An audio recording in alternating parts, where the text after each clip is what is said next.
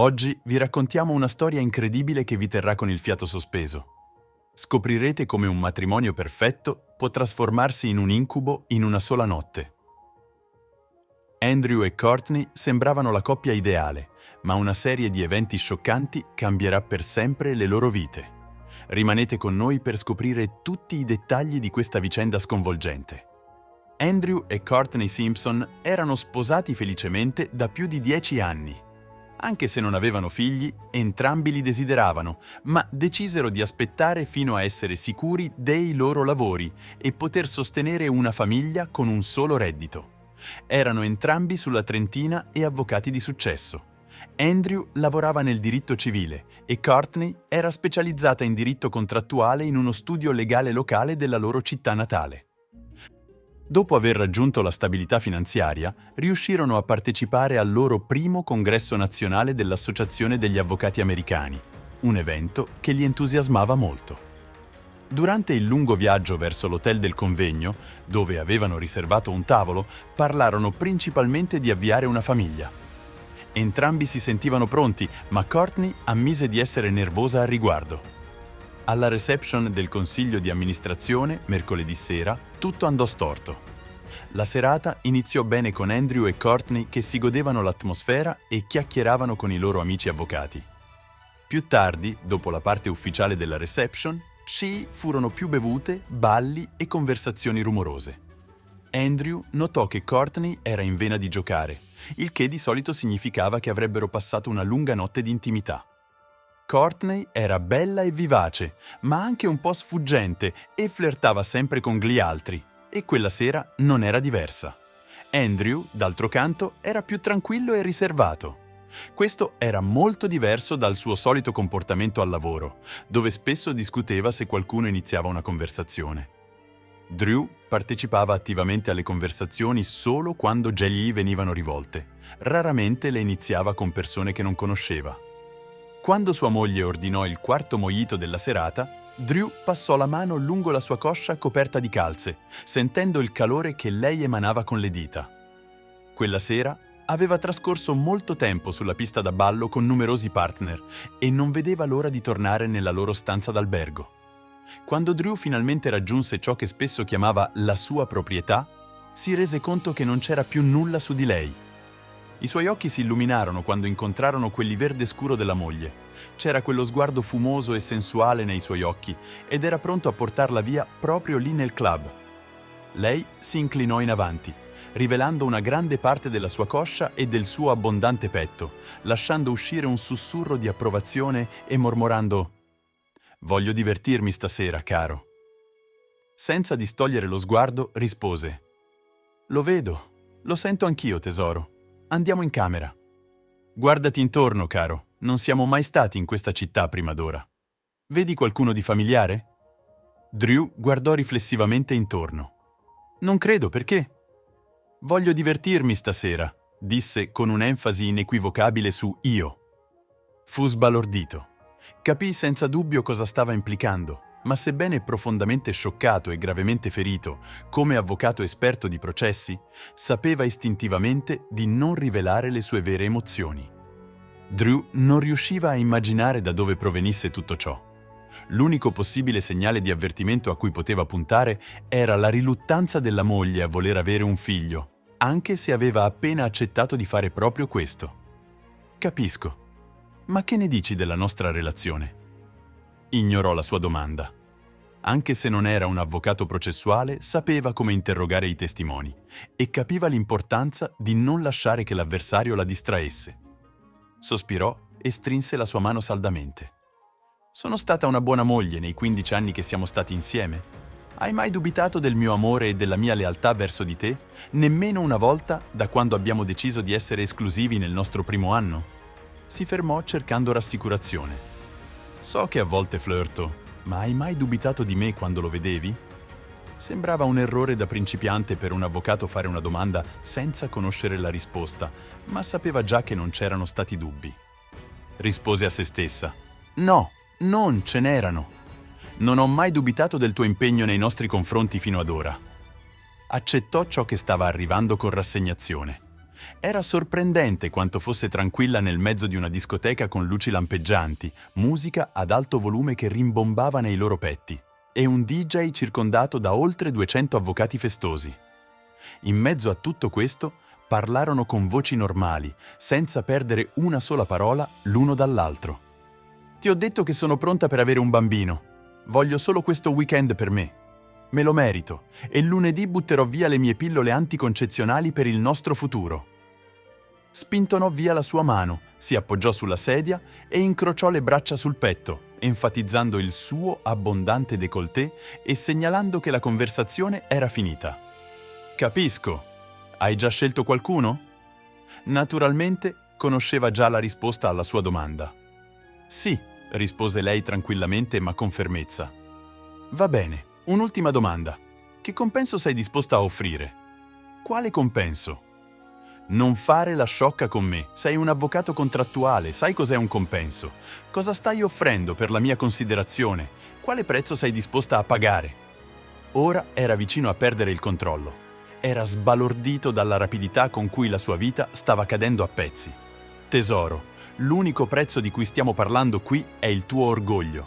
So che facendolo ti ferirò e passerò i prossimi 30 anni a compensare questo. Non ha nulla a che fare con ciò che abbiamo. È mercoledì sera e non dobbiamo partire fino a sabato mattina. Tornerò nella nostra stanza d'albergo venerdì sera e possiamo iniziare a lavorare per avere un bambino. Tutto andrà bene». Era finita.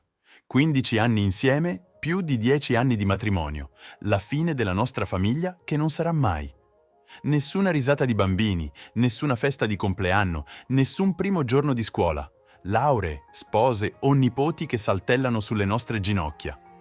Aveva appena ammesso di ferire deliberatamente suo marito. Non ci pensò più a lungo. Si alzò e si avvicinò al suo bersaglio. Lo guardò negli occhi e sorrise seduttivamente. Non riusciva a ricordare il suo nome, ma ricordava come aveva premuto il suo corpo eccitato contro la sua coscia quando avevano ballato di recente. La verità scioccante la colpì quando sentì un altro uomo contro la sua gamba. Fino a quel momento non aveva mai pensato di tradire Drew, ma improvvisamente prese una decisione che avrebbe cambiato la sua vita, qualcosa che non poteva credere stesse facendo. Drew non ricordava come tornò nella stanza.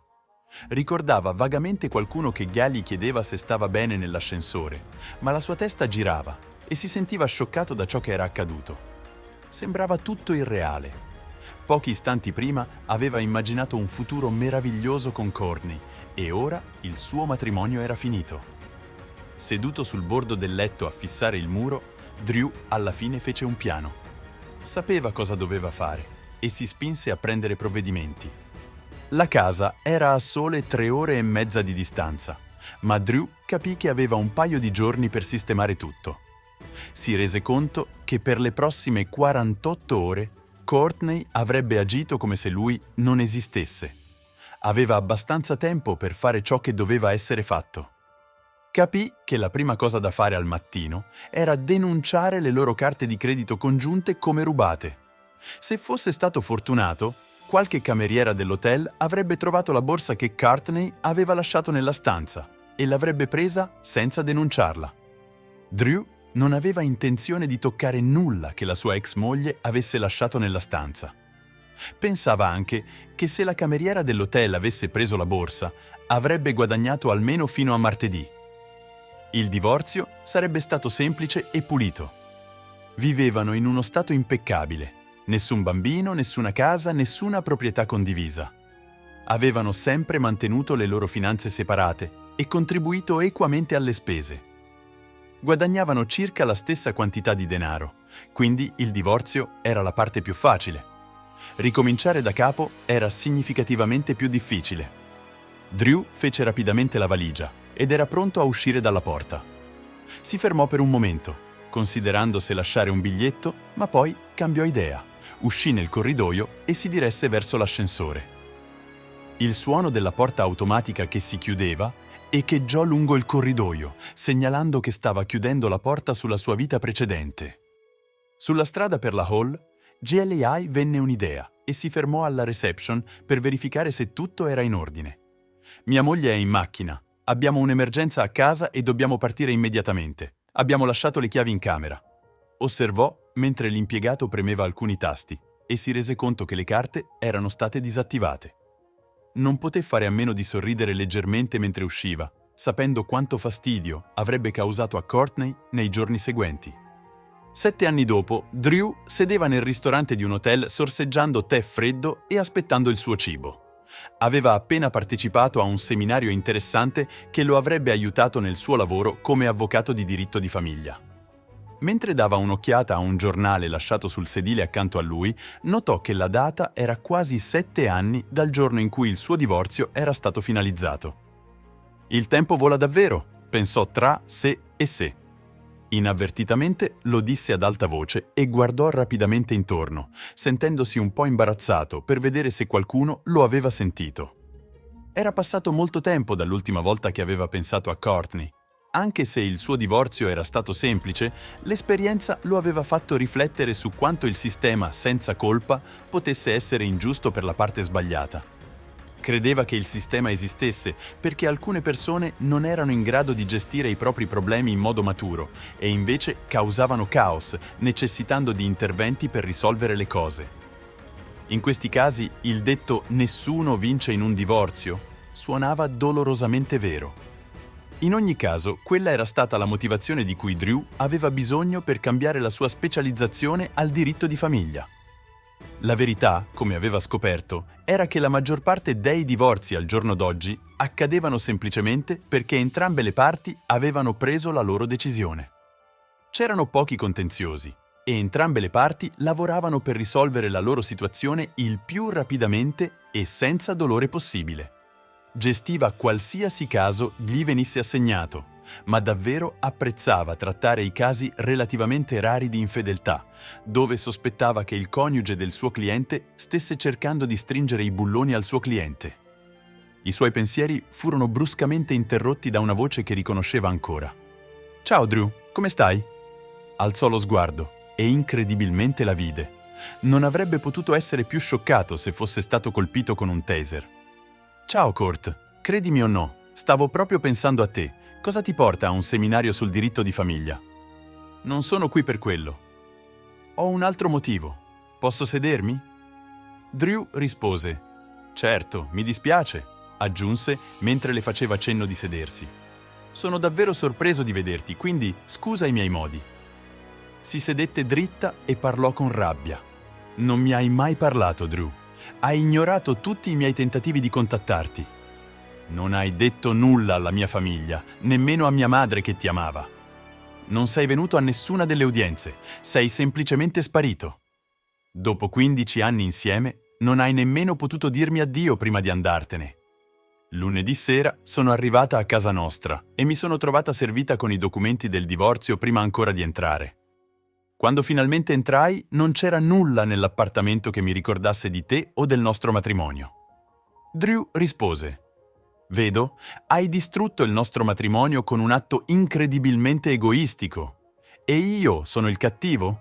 Se è tutto ciò che hai da dire, lasciami in pace». «Mi dispiace davvero. Esci di qui, Court, subito». Era arrossato di rabbia e la maggior parte del ristorante ora li stava guardando. Si alzò e si allontanò in lacrime. In quel momento un turbine colpì Drew. Erano le sue figlie gemelle Chiacchierone e la loro sorella minore. Si buttarono su di lui a tutta velocità come facevano di solito. Sua moglie stava camminando proprio dietro di loro, rideva e sorrideva, ma il suo sorriso svanì rapidamente quando vide il suo volto. Il suo sguardo si spostò rapidamente sulla figura in rapido allontanamento di Courtney. «Era lei, vero, Drew?» Poté solo annuire mentre era occupato con i 3 bambini. Senza dire un'altra parola, sua moglie Celia corse rapidamente dietro a Courtney. Drew guardò mentre la raggiungeva e iniziavano una conversazione che finì con Celia che aiutava Courtney a sedersi. Dovevano aver parlato per almeno 10 minuti. Sembrava che si fossero scambiati i contatti, poi Celia abbracciò Courtney e si separarono. Celia tornò al tavolo e prese la loro figlia più piccola in modo che Drew potesse radunare le gemelle in un angolo. Gli occhi e la bocca di Drew erano spalancati quando Celia si sedette di nuovo. «Verrà a casa nostra tra un paio di settimane. e voi due parlerete. Voglio dire, parlerete davvero. Non dire nulla, annuisci se hai capito. Il suo tono non lasciava spazio a discussioni. Lui annuì semplicemente e iniziò a giocare con i due bambini sulle sue ginocchia, che ora riempivano la sua vita. Più tardi, quella sera, nella loro stanza d'albergo, dopo che i bambini si erano addormentati, Celia lo guardò e chiese: «C'è qualcosa che vuoi dire o chiedere a lei?» Drew prese un respiro profondo e rispose tranquillamente: «Nei primi anni volevo, ma forse il mio orgoglio mi ha fermato. Ma ora no, non ho nulla da chiedere e sono felice di non averle dato quella possibilità all'epoca», disse fermamente. «Che cosa? Stai scherzando? Questo non può essere serio». «È molto serio, Celia. Se le avessi permesso di parlarmi allora, avrebbe potuto dire qualcosa che mi avrebbe fatto ripensare. Ma se fosse successo, non avrei mai incontrato te e i nostri 3 bambini non esisterebbero. No, non ho bisogno di parlare con lei e non ho rimpianti». Celia abbracciò suo marito e lo coprì di baci. «Sai proprio cosa dire a una ragazza, vero tesoro? Ma quella povera donna ha bisogno di parlarti. Quindi il minimo che puoi fare è sederti e ascoltare». «Lo farò, ma davvero, qual è il punto? Tutto ciò che dirà è quanto è dispiaciuta.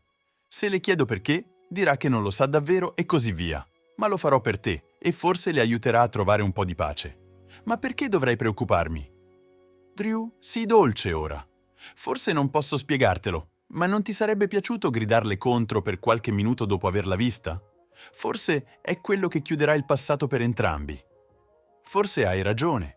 Escludendo te e le ragazze dall'equazione, ho capito prima di incontrarti che la mia vita era migliore senza di lei. Il divorzio mi ha fatto rivalutare la mia vita e ciò che era importante per me. Oh, certo, ho attraversato i soliti turbamenti emotivi che la maggior parte delle persone vive quando un matrimonio fallisce. Ma quel fallimento mi ha costretto a guardare me stesso con attenzione, cosa che non avrei mai fatto se non avessi agito così scioccamente». Drew si fermò a pensare e a riprendere fiato. «Dicono che i più grandi successi possono derivare dai nostri più grandi fallimenti e credo fermamente che sia vero nel mio caso. Sono molto più felice ora a praticare il diritto di famiglia di quanto lo sia mai stato praticando il diritto civile. A volte sento davvero di aiutare le persone. So che non guadagno tanto, non guido una macchina di lusso e non vivo in un condominio fronte lago, ma sono più felice di quanto sia mai stato nella mia vita». «E lei? Forse dovresti chiederle quella domanda. Qual è il punto, Celia? Non ho rimpianti su dove sono adesso». Si fermò, poi parlò appena sopra un sussurro. «Forse non è vero. Ho un rimpianto. Avrei dovuto parlare con sua madre. Era davvero una brava donna. So che ci teneva a me e mi piaceva. Da quando i miei genitori sono morti tanto tempo fa, era come una seconda madre per me e me ne sono andato senza dire nulla a lei». Celia rimase in silenzio. Sperava che Drew, incontrando di nuovo Courtney, sarebbe stato utile per entrambi, ma ora non ne era sicura. Stava spingendo Drew verso qualcosa di cui non gli importava più. Ma poteva fermarsi? Come si scoprì, Celia non dovette fare nulla, l'incontro non avvenne mai. La notte prima che Courtney dovesse venire in città, il telefono di Celia squillò dopo mezzanotte. A quell'ora temeva sempre di rispondere alle telefonate, ma rispose istintivamente. Dall'altra parte c'era una donna chiaramente sconvolta. «Celia, sono Angela Joan, la madre di Courtney. Devo parlare con Andrew». Il telefono che squillava aveva svegliato Drew e Celia gli passò il ricevitore. «È per te, Andrew. È Angela». Courtney si è tolta la vita ieri pomeriggio. Questa dichiarazione fu seguita dai singhiozzi di qualcuno in un dolore indescrivibile. «Mi dispiace tanto, mamma, non so cosa dire». «Oh Dio, è colpa mia!» Ora anche Drew stava piangendo, ma non aveva parole. Celia, che aveva sentito tutto, si aggrappava strettamente a suo marito e ora piangeva apertamente, sentendo che in qualche modo anche lei era in parte responsabile. «Andrew, non è colpa tua. Aveva molti problemi e se li è portati addosso da sola dopo il divorzio. Ci sono molte cose su di lei che non sapevi. Ha lasciato una lettera sigillata per te. L'ho nascosta alla polizia. Nessuno sa di essa tranne te e me. Cosa vuoi che faccia con essa? Angela, tienila per ora e lasciami pensare. Puoi farlo? Certo, Andrew. Ho bisogno di te qui con me. Puoi venire? Sarò lì il prima possibile, mamma. Porterò tutta la mia famiglia. Sono sicuro che li amerai. Ti chiamerò domani e pianificheremo tutto. C'è qualcuno con te adesso? Non dovresti essere sola. Sì, la mia amica Joyce sta restando con me. Non vedo l'ora di incontrare la tua famiglia. Parlerò con te domani. E la chiamata terminò. Il servizio commemorativo di Courtney si tenne 7 giorni dopo in una fredda ma limpida giornata autunnale e, come promesso, Drew e la sua famiglia erano lì. Poche persone parteciparono al servizio, nonostante Courtney fosse un avvocato molto competente. Fu cremata e le sue ceneri furono sparse nel parco che lei e Drew visitavano spesso quando si frequentavano. Angela disse che era stato il periodo più felice della vita di Courtney. La perdita della figlia per mano sua era un fardello quasi insopportabile per Angela. Tuttavia, crebbe rapidamente a voler bene a Celia e soprattutto alle 3 bambine. Entro la fine della settimana, le bambine la chiamavano nonna Angie. Angela raccontò a Drew cosa era successo nella vita di Courtney dopo che lui se ne era andato. Fu scioccato dalle rivelazioni di comportamenti rischiosi, abuso di sostanze e problemi di salute mentale che seguirono il divorzio. Gli spiegò persino perché Courtney si trovava nello stesso hotel di Drew. Era scomparsa con 2 uomini che aveva incontrato in un nightclub ed era stata via per più di una settimana. Quando tornò, aveva lividi sul corpo. Secondo Angela, questo non era insolito. Courtney era anche vicina a perdere la sua posizione di partner nello studio legale. Drew era sbalordito da come una cattiva decisione improvvisa avesse mandato la vita di Courtney in una spirale fuori controllo. La notte prima che la famiglia di Drew dovesse tornare a casa, lui e Celia ebbero una lunga conversazione e presero alcune decisioni. La mattina successiva, Drew tirò Angela da parte mentre Celia teneva occupate le bambine. «Mamma, dobbiamo parlare di un paio di cose. Prima di tutto, Celia ed io vogliamo che tu venga a vivere con noi. Non c'è più nulla che ti trattiene qui. Non devi decidere subito, ma vogliamo che tu ci pensi seriamente. Ci farebbe piacere averti con noi. Se decidi di venire, saremo lì per aiutarti con il trasloco. Per favore, pensaci. Oh caro, è molto gentile da parte tua. Prometto che ci penserò attentamente, ma mi mancherà tanto». Iniziò a piangere di nuovo e Drew la tenne finché non si calmò. Quando si fu ripresa, continuò. «Dobbiamo parlare della lettera.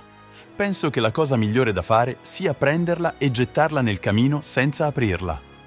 Quella lettera è destinata a te, Andrew. Lo so, ma non la leggerò mai. Se me la dai, la brucerò, ma voglio darti l'opzione di tenerla. Non so cosa ne pensi tu, ma voglio ricordare Courtney come era prima del nostro divorzio. Voglio che i tuoi ricordi siano di quel periodo. Temo che se leggiamo la lettera, la ricorderemo come era dopo il divorzio. Non voglio nulla a che fare con quella lettera. Te la lascio. Se decidi di leggerla, l'unica cosa che ti chiedo è di non menzionarmi mai nulla di ciò che contiene». Angela era scioccata dalla sua risposta, ma iniziò a capire il ragionamento di Andrew. Disperatamente voleva ricordare sua figlia come era prima che le sue azioni distruggessero le loro vite. Forse la lettera conteneva un vero rimorso e un riconoscimento di quanto fossero dolorose le sue decisioni.